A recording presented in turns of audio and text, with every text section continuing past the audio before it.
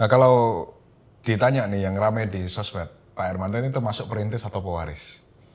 Saya ini Jadi kalau kita bisnisnya growth di bawah 30% itu underperform. kurang menarik gitu. Kurang kami Indonesia boleh kasih tahu tikernya nggak nih? Tapi kalau waktu saya masih semuda kamu bisa 16 jam. 16. Benar. Hutangnya itu dihitung dalam emas. Oh. Jadi utang 3 kilo, catat tanda tangan. Tanda tangan saya. Orang tua karena tanda tangan juga ya. Yo guys, balik lagi. Hari ini kita podcast dengan Konglo Indonesia.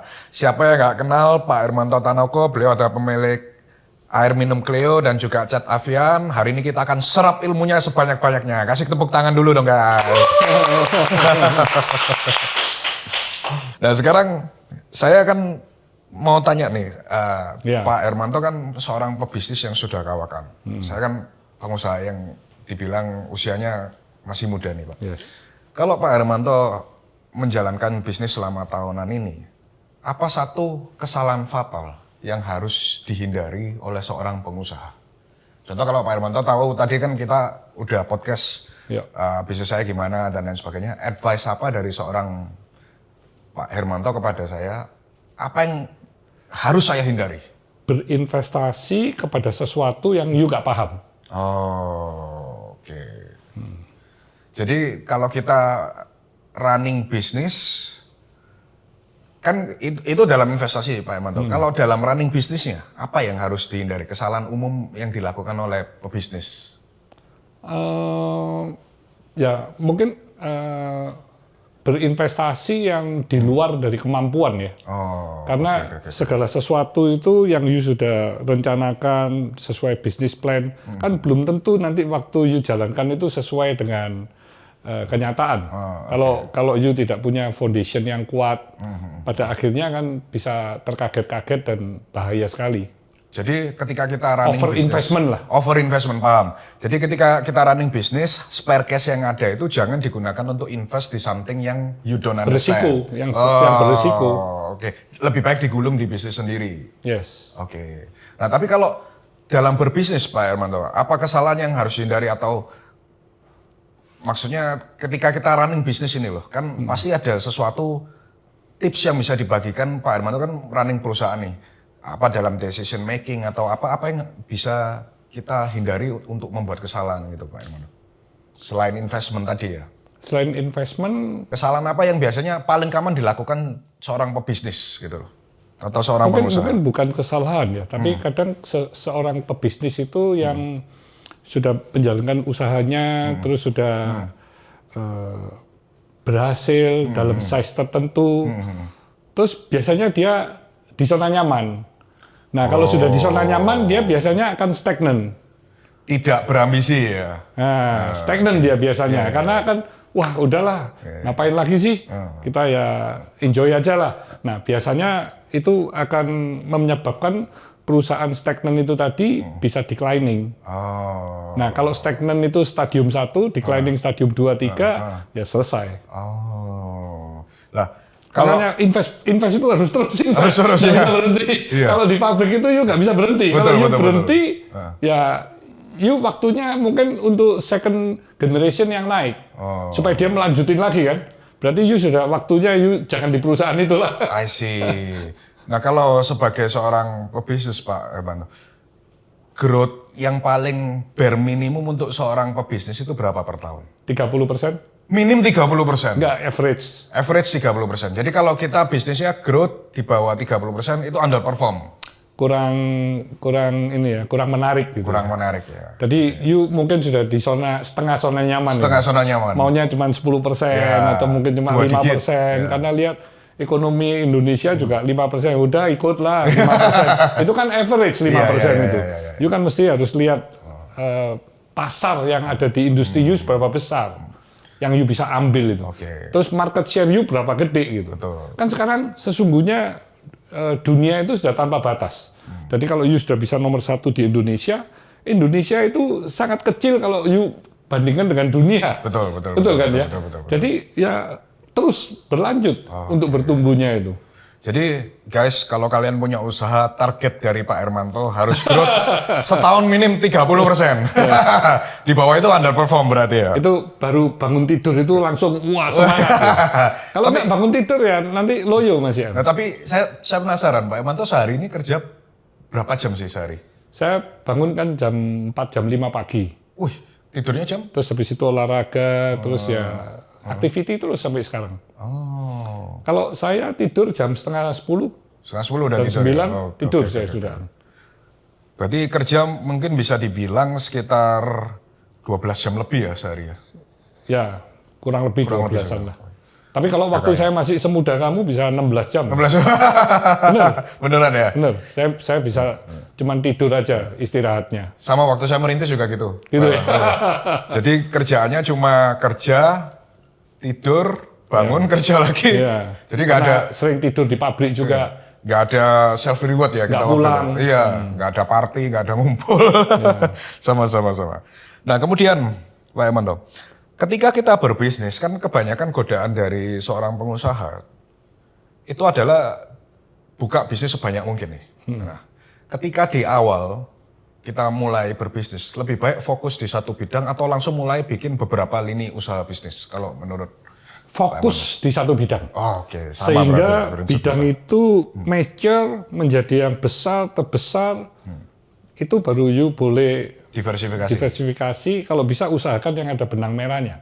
Berarti kayak Jangan diversifikasinya itu yang berbeda banget gitu. Betul. Tetap harus ada benang merahnya sehingga you gedein. Di samping itu you punya main bisnis pun juga akan semakin kokoh. berarti mirip seperti podcast kita tadi ya, dari hulu sampai ke hilir ya. Oke, jadi ini saya udah bilang bolak-balik, jangan bikin macam-macam bisnis karena malah nggak jadi biasanya ya. Ya, Fokus gini, satu ya. Kan sama aja seperti orang itu ingin juara tenis, juara tinju, juara renang. Mana bisa Nggak jadi semua. Iya betul, You setuju. mau juara tenis saja, you mungkin latihan satu hari 6 jam Betul. sampai bertahun-tahun baru you bisa juara. Betul. Itu pun kalau you memang punya skill yang hebat.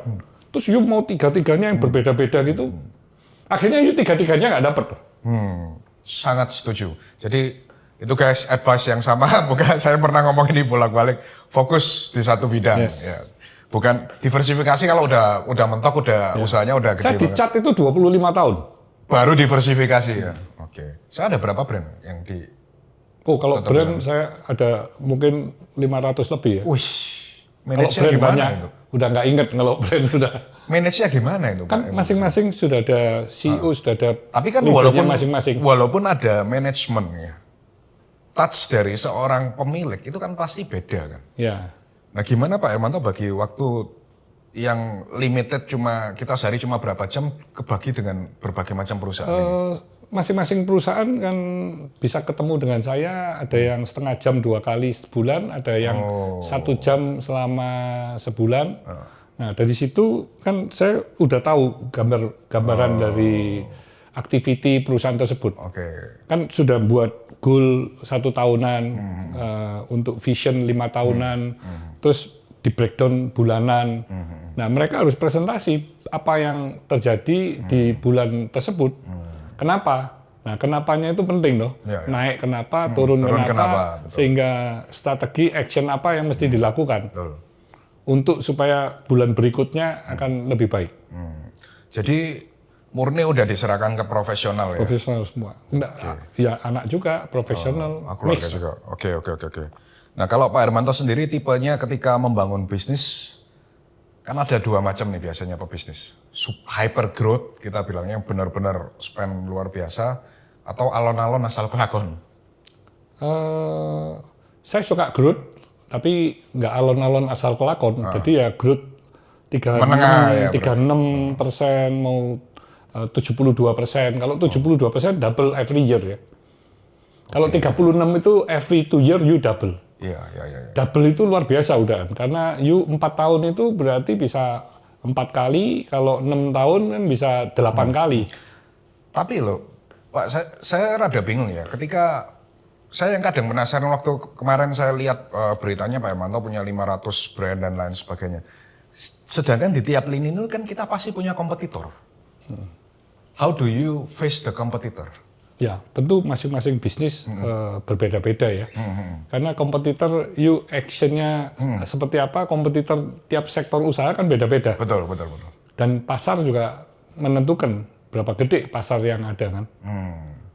Jadi nggak semua sektor itu kompetitornya akan sama. Nah tapi kalau disuruh kasih advice ke teman-teman yang pengusaha ya dan lain sebagainya, what should you do when you face a competitor? Maksudnya kalau kita berbisnis, lawan utama yang membunuh bisnis kan otomatis kalau nggak dari manajemen ya tentu kalah kompetisi. Ya. Nah kalau dari Pak Hermanto sendiri kepada teman-teman follower saya yang masih mulai bisnis atau bisnisnya sudah besar, what is the best practice to face a competitor, Pak Hermanto? Ya, biasanya you pilih kompetitor yang you ingin bersaing itu yang mana. Jadi kadang orang kan lihat, kompetitor saya ada 5, kompetitor saya ada 10. Akhirnya dia bingung, dia mau ngadepin yang mana. Mungkin yang satu dia kalah harga, yang satu dia kalah quality, yang satu kalah network. Akhirnya dia mau kemana kan bingung. Jadi you harus choose who is your competitor. Berarti paling aman kita pilih market leadernya untuk kita jadikan kompetisi? Betul. Nah, habis itu you liatin, apa sih kelebihan dia dibandingkan saya nih. Tapi itu secara objektif, tidak boleh kira-kira. Betul. Karena ini you kan mau bertarung loh, you mau fight loh. Kalau you main kira-kira, you mati duluan lah. Kan kita mau rebut market share-nya kan? Iya, you harus tahu benar secara objektif, apa yang mereka milikin.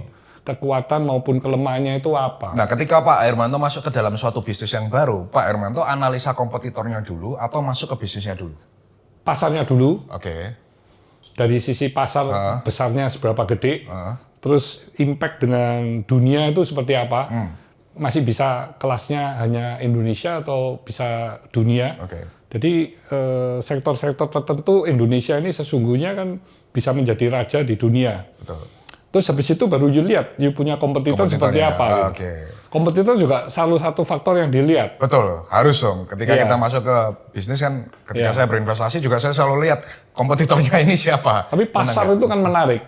Kalau you nggak tahu pasarnya berapa gede, jumlahnya, terus you buat usaha itu kan, you mau kemana you nggak tahu. Betul. Oke.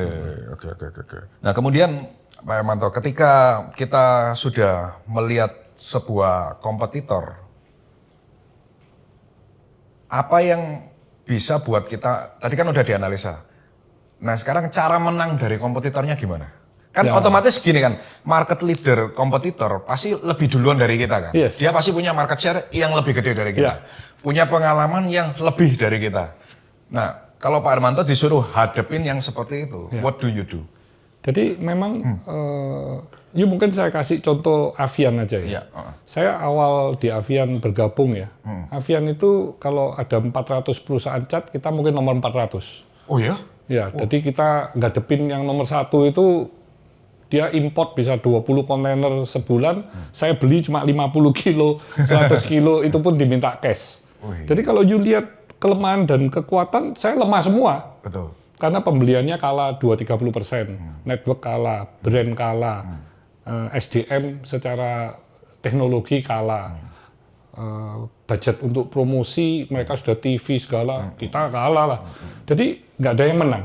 Menang saya cuma satu, semangat aja. Jadi menangnya itu semangat. Saya ngomong, kamu makan steak, saya tak makan pecel aja. Secara cost saya pasti harus ngirit, tapi secara value yang saya berikan ke customer saya harus lebih bagus. Nah saya cari apa ya yang saya bisa bagus dengan kekalahan semua itu. Akhirnya ketemu, ternyata banyak perusahaan cat besar pada saat itu, tahun 82-an itu nggak fokus terhadap warna. Jadi saya cuma slogannya putihnya paling putih. Cuma putihnya atau paling putih, cuma ditinting violet tok jadi putih. Kuningnya itu kan hilang. Jadi faktor kuning itu nggak ada. Jadi kita ke toko, ayo putihnya aku paling menang, putihnya paling putih. Nah punya orang lain putih kan benar-benar natural kan. Kalau natural kan agak kuning. Betul. Jadi dibanding, putihnya bagus. Nah dari situ kita mulai bertumbuh dari satu toko, kedua toko, ketiga toko dan seterusnya. Tapi ya memang perjuangannya lama, karena kan kita modalnya terbatas.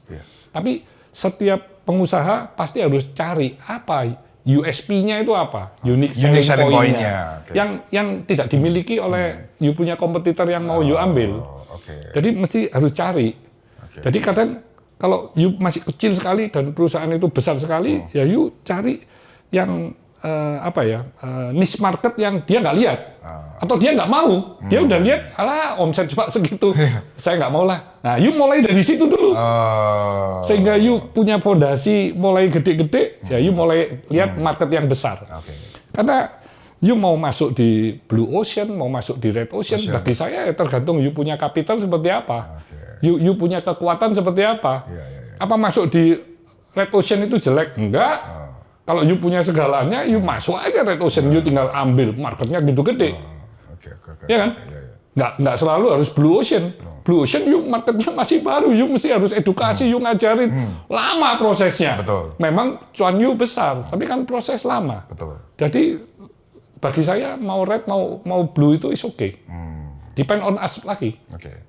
Jadi itu guys, cara face your competitor. Nah sekarang kita lanjut ke dalam manajemen bisnis nih, Pak Hermanto. Dalam bisnis kan kita sebagai seorang pimpinan kan kita biasanya bagi-bagi budget, ada yang untuk marketing, dividen dan lain sebagainya. Nah kalau dari pengalaman Pak Hermanto berbisnis selama bertahun-tahun, budget marketing yang ideal berapa, kemudian yang kembali ke owner sebagai dividen itu berapa, yang best practice yang mungkin teman-teman yang mulai berbisnis supaya mereka nggak terlalu ugal-ugalan bagi dividen, ataupun nggak terlalu ugal-ugalan ekspansi, atau what is the best practice? Itu juga tergantung dari perusahaannya. Jadi nggak ada satu rumus yang pasti. Jadi kalau perusahaan itu tadi growth-nya itu di atas 30%, ya, berarti mereka itu masih membutuhkan capex yang besar. Dividen pasti nggak besar. Kalau you dividen you bagi, terus habis itu you kekurangan dana untuk ekspansi. Karena dengan pertumbuhan 30%, you punya net profit bahkan mungkin tidak cukup loh. You pasti harus butuh dana pihak ketiga. Kenapa kok berani pihak ketiga? Loh, you punya perusahaan profit loh. You sangat aman kok untuk membayar bunganya. Sehingga you tetap bisa achieve growth yang bagus. Jadi nggak bisa ditentukan. Kecuali kalau itu tadi, biasanya kalau perusahaannya sudah tidak memerlukan capex yang besar, ya dividennya bisa dibagi, terserah mau bagi 50%, 70% ya silakan loh. Tapi kalau dari Pak Hermanto sendiri, budget marketing yang common, karena marketing kan satu hal yang paling esensial ya. Marketing itu juga tergantung dari sektor dan kompetitor you. Kalau sektornya masih tidak begitu agresif, para kompetitor itu mengeluarkan budget marketing, ya you ngapain? Sesungguhnya ya depend lagi. Makanya you harus tahu contoh kita ambil sebuah contoh.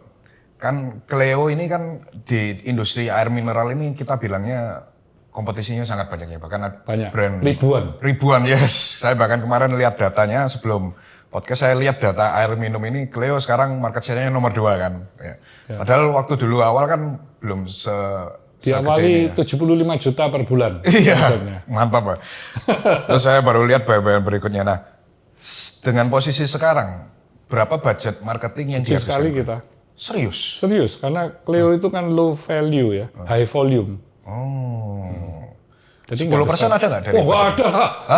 Enggak. Budget marketing nggak sampai 10%? Nggak ada lah. Oh iya? Nggak ada lah. Gede banget itu. Di FMCG nggak bisa. Di FMCG nggak bisa ya? Nggak bisa. Oke. Ya. Jadi ya paling hanya 2% aja sudah gede itu. Oke. Itu udah endorse dan lain sebagainya ya. Oke. Nah, ketika menjalankan bisnis Pak Hermanto, lebih baik menjalankan dengan hutang atau tanpa hutang? Nah, itu tergantung juga, nggak semua. Jadi gini ya, kalau you punya bisnis memang dengan tanpa hutang, you bisa bertumbuh sesuai dengan yang you harapkan, ya silakan, kan lebih bagus toh. Tapi kalau you mau bertumbuhnya itu membutuhkan dana, tapi pasti you aman, nggak mungkin nggak bisa tidak membayar bunganya gitu. Ya you pinjem aja nggak ada masalah kan. Kan pinjaman dari pihak ketiga itu untuk gedein you punya usaha lebih cepat kan. Kalau you tergantung dari uang sendiri, you mungkin ambisinya kecil jadinya. Betul. Padahal potensinya itu besar gitu. Kalau potensinya besar ya you pasti pinjem dari luar dong. Kenapa? Karena you bisa langsung bukanya 10 kan. Kalau you uang sendiri you cuma 2. Kalau 2, waktu ini kan juga berjalan terus. Kalau begitu mendadak ada kompetitor bukan dari Indonesia, misalnya dari China atau dari negara asing masuk Indonesia, langsung dia serp gini. Berarti you nggak ada kesempatan lagi untuk ngelawan dia. You punya size kekecilan. Betul.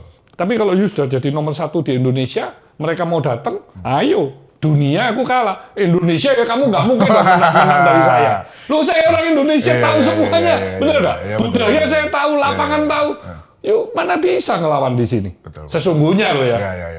Jadi sebagai orang Indonesia kita harus optimis menghadapi gempuran investasi asing nanti. Jadi kelihatan guys, walaupun sudah kaya masih berambisi nih. Di usia yang tidak muda ya masih berambisi. Ada rencana pensiun nggak Pak Hermanto? Enggak. Nggak ada? Berarti bakal kerja terus sampai... Enggak, bagi saya kerja ini kan ibadah ya. Saya suka ya. Suka ya? Iya, maksudnya ngelihat sesuatu yang bertumbuh, kita terus bermakna bagi banyak orang. Betul. Itu kan, ya itu happiness yang saya dapatin. Jadi inilah Cindo guys, sama seperti papa saya. Tidak ada kata pensiun di Cindo. Pensiun is RIP bagi saya. Pensiun is RIP ya. Wih, persis omongan bapak saya. Lu stop kerja kalau lu mati.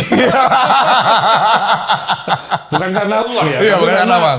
Kita beraktiviti ini kan satu kehidupan dong. Jadi karena, kita iya betul. Lebih exciting. Ini salah coba satu punya papa, ayo istirahat ke gunung, lencer ke pantai. Gak mau loh dia, gak mau. Iya gak mau. Selesai itu hidupnya. Iya. Sama berarti Papa. Memang didikan Cindo pengusaha itu memang keras ya berarti ya, bukan saya doang ya. Nah, kalau Pak Hermanto melihat dalam 5-10 tahun ke depan, sektor bisnis apa yang menarik mungkin bagi yang mau mulai berbisnis ataupun yang sedang meniti karir, 5-10 tahun ke depan yang layak, kan kita harus milih sektor kan sebelum kita bekerja, kan kita pilih sektor dulu nih. Jangan sampai kita pilih sektor yang istilahnya udah sunset nih. Kita harus kan pilih sektor yang sunrise. Yeah. Nah, what is the best sector within the next 5 or 10 years, Pak? Jadi sektor healthy ya, kesehatan, wellness ya. Terus dari sisi digital dan teknologi itu juga bagus. Terus renewable energy. Nah ini kan semuanya memang kedepannya akan terus bertumbuh berkembang.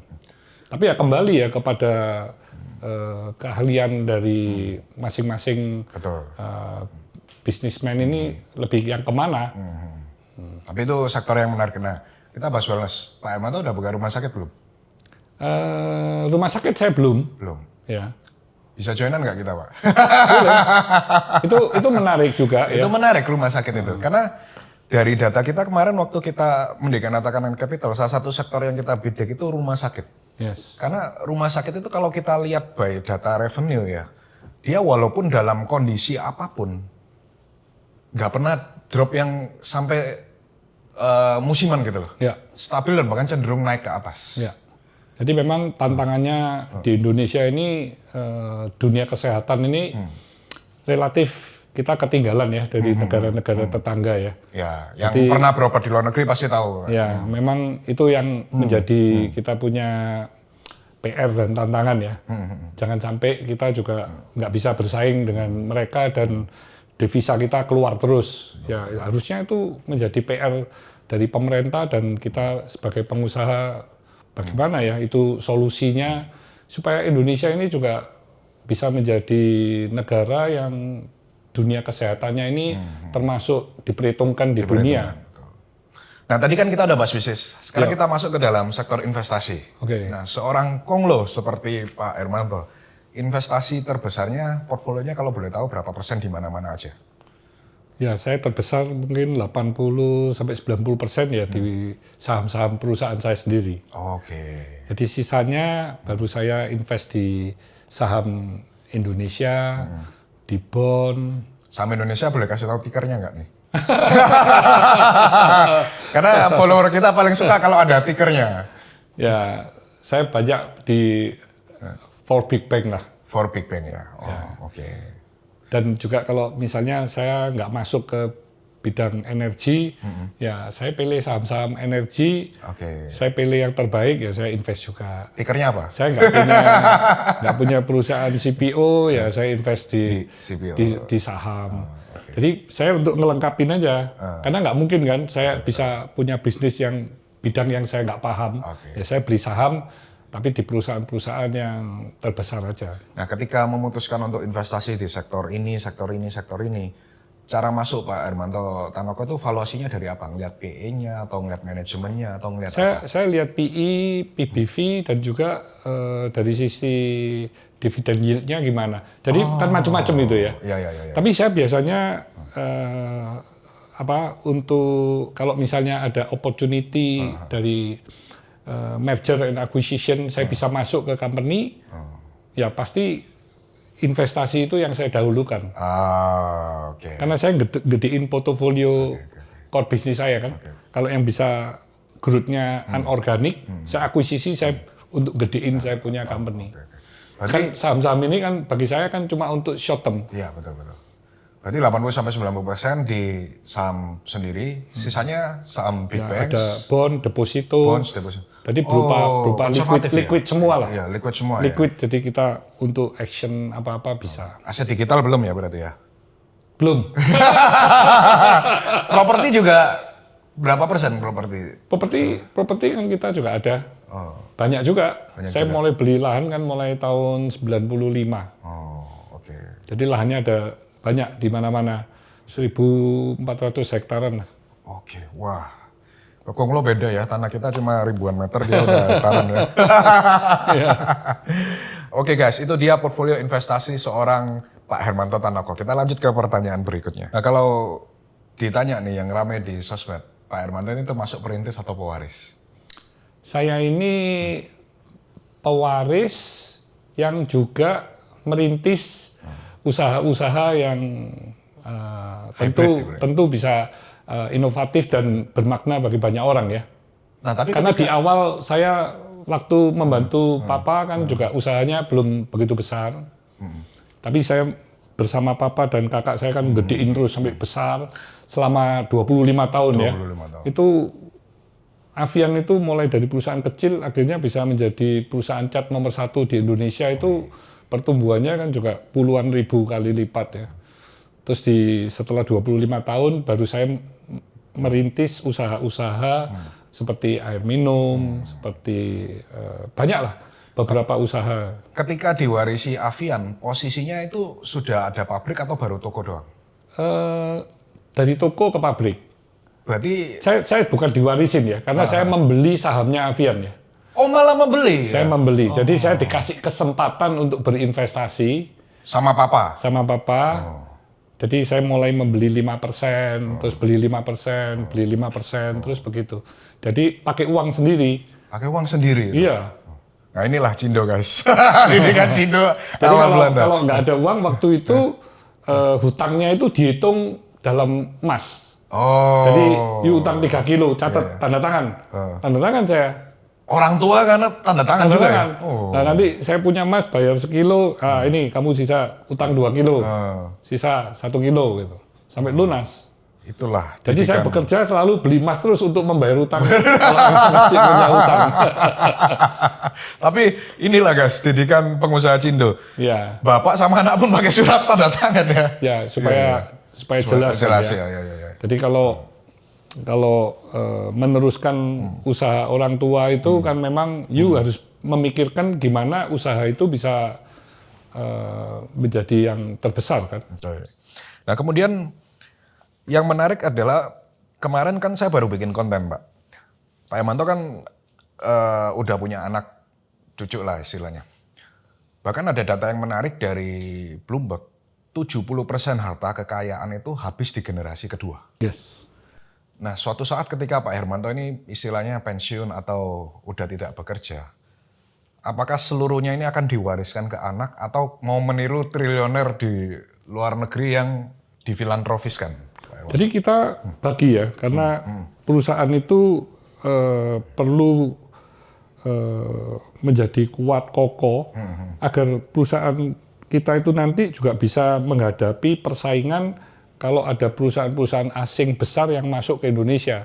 Contohnya misalnya ada perusahaan besar cat masuk Indonesia.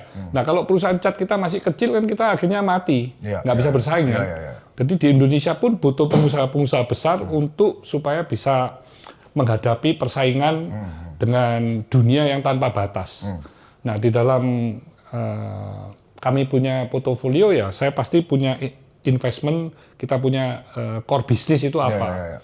Dari core business kita punya investment, terus kita juga punya untuk foundation. Nah selain foundation kita ada lagi fund untuk family yang memang kurang beruntung, nggak bisa sekolah, nggak bisa makan. Nah fund ini yang akan menghidupin mereka. Jadi bukan minta-minta ke keluarga atau ke saudara yang lain. Tapi dari sisi foundation ini untuk berbagi. Jadi foundation ini juga punya jatah. Dari core business ini ada berapa persen ke foundation, ada berapa persen ke fund. Jadi fund sama foundation ini kan untuk long term. Berarti Pak Hermanto bakal mewariskan ya istilahnya ke anak-anak ya untuk meneruskan bisnis mereka ini. Harus membeli saham. Harus bekerja dulu. Jadi tidak ada warisan ya, harus beli saham ya. Kalau warisan kan hanya mungkin kan sisa, enak, kan? sisa cash aja nanti. Siapa nggak mau jadi anaknya Pak Hermanto Tanoko? Kalau buka formulir pendaftaran saya juga mau daftar jadi anaknya. Sekarang di foundation kan kami buka sekolah SMK Tanoko, itu sekolah gratis untuk anak-anak yatim piatu. Kita didik untuk bagaimana mereka nantinya bisa berwirausaha. Oke. Ini kemarin saya di WhatsApp sama teman dari Jakarta, luar biasa. Dia ngomong, Pak, saya mau hibahkan lahan 1 hektar di Sukabumi untuk SMK Tanoko yang kedua. Terima kasih. Saya undang dia dulu. You belum ke sekolah, you sudah main hibah. You lihat dulu gimana sekolahnya oke enggak gitu ya. Sebelum nanti mungkin bisa buka lagi di daerah Sukabumi. Sama seperti prinsip saya, education should be free. Makanya kita bikin media gratis, kelas gratis. Nah, ini yang paling menarik Pak Hermanto. Kan banyak netizen itu bilang orang kaya nggak main sosmed, orang kaya nggak berisik. Pak Hermanto kan udah kaya, kok main sosmed kenapa? Apakah memposisikan dalam personal branding ataukah untuk apa? Sesungguhnya bukan ya. Sesungguhnya saya tergelitik itu pada saat di 15 Maret kan PSBB kena COVID tahun 2020 kan. Betul. Nah itu selama beberapa bulan itu kan kita semua beraktivitinya kan cuma di rumah. Nah itu waktunya kan jadi banyak gitu ya. Terus saya liatin sosial media, saya sudah nggak pernah lihat TV kan waktu itu. Sudah liatin YouTube, sosial media, saya liatin terus, waduh kok lebih banyak yang negatif daripada yang positif gitu. Nah dari situ saya terbersit gitu. Ya kita sebagai pengusaha ya mesti sharing lah. Bagaimana kalau you cuma mengeluh, you mencari alasan-alasan terus, mana bisa hidupnya berubah. Nasib itu yang merubah ya kita. Kalau takdir itu memang dari Tuhan. Kita bekerja keras seperti apa ya tetap nanti yang menentukan di atas tetap ada gitu ya. Tapi upaya kita untuk bisa menjadi sejahtera, menjadi kebanggaan keluarga itu kan apa yang mesti kita lakukan kan. Dari situ saya mulai sharing-sharing, saya ngajak pengusaha, ngajak orang-orang yang bisa memberi merubah mindset para genset atau anak-anak muda ini lebih ke positif lah. Karena kalau pikirannya positif, tentu apa yang dia pikirkan positif itu diucapkan juga positif.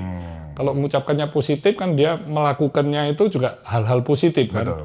Nah kalau dia melakukan banyak hal positif dan akhirnya dia mempunyai kebiasaan positif, habit positif, ya tentu nasibnya juga positif. Nah tapi dari sosmed ini ya, apakah membantu Pak Hermanto Tanoko untuk membuat personal branding yang mempermudah bisnis? Atau gimana? Saya nggak melihat di situ ya. Tapi saya kan sering bertemu dengan anak-anak muda di tempat-tempat di Indonesia lah, termasuk di luar negeri lah. Saya di Hong Kong, di Jepang, di mana-mana kadang mesti ketemu saya mesti nyapa.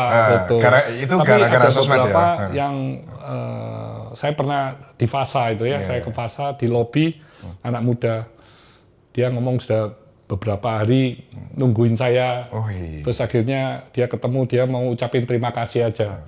Karena sebelumnya dia sudah mau bunuh diri, tapi ketemu YouTube saya, dia ngeliatin terus akhirnya dia mempunyai pemikiran yang positif, terus dia punya impian, terus dia akhirnya bisa merubah dari terpuruk menjadi sukses, akhirnya menjadi jaya lagi gitu. Makanya terus dia ingin ketemu saya. Saya dengerin kan, wow, luar biasa ya. Jadi tetap apa yang kita tularkan positif itu juga bisa merubah beberapa orang gitu ya. Jadi jangan bilang guys, orang kaya nggak main sosmed ya. Karena komen di bawahnya, orang kaya nggak main sosmed katanya. Nggak lihat Elon Musk saja ributnya kayak gimana di sosmed. Nah, dalam bisnis Pak Hermanto lebih pilih jalan sendiri atau berpartner? Berpartner kalau memang you bisa saling melengkapi dan membuat bisnis itu semakin keren dan bisa menjadi nomor satu di sektornya, itu yang paling penting. Karena saya selalu ingin masuk sektor yang akhirnya kita menjadi nomor satu. Okay. Kalau you nomornya cuma nomor 5 ke bawah kan you cuma ngikut aja, follower aja. Nah, ketika berpartner Pak Hermanto, kalau ada orang nih, contoh. Orang ngajak Pak Hermanto berpartner tapi dia nggak mau keluar duit, ngomong kita yang kerja, Pak Hermanto yang modalin. Mau apa enggak? Atau harus sama-sama partner itu keluar duit? Kalau dari prinsip itu bermacam-macam sih ya. Kita lihat yang saling menguntungkan aja. Kalau memang dia punya skill dan memang saya juga suka dengan bisnis yang dirintis, saya suka dengan chemistry dari orangnya. Kan bagi saya uang bukan permasalahan gitu ya. Tapi ya pasti harus ada aturan mainnya. Jadi bukan langsung menjadi partner duluan. Jadi pasti melalui tahapan ya. Mungkin dengan profit sharing dulu. Tapi dia punya option nantinya akan bisa membeli share-nya. Jadi harus membuat cara-cara yang win-win lah. Got it. Dan pertanyaan penutup sekarang. Pertanyaan terakhir. Di usia Pak Hermanto sekarang olahraganya apa nih? Waduh, saya olahraga itu bermacam-macam. Apa aja? Karena bagi saya olahraga itu seperti makan. Kalau you cuma suka daging, terus you makan daging pagi, siang, malam tiap hari, you pasti tubuhnya tidak bisa menerima. Kita butuh nutrisi kan bermacam-macam. Jadi olahraga pun sama. You tidak bisa hanya satu macam olahraga, tapi bermacam-macam. Jadi saya mau olahraganya itu saya ada yoga, saya ada nge-gym, saya ada jalan pagi, saya ada cross trainer, saya ada renang. Jadi Adil belum ya? Saya jarang berolahraga yang tanding ya. Saya waktunya soalnya. Karena saya kan waktunya berolahraga itu pagi ya.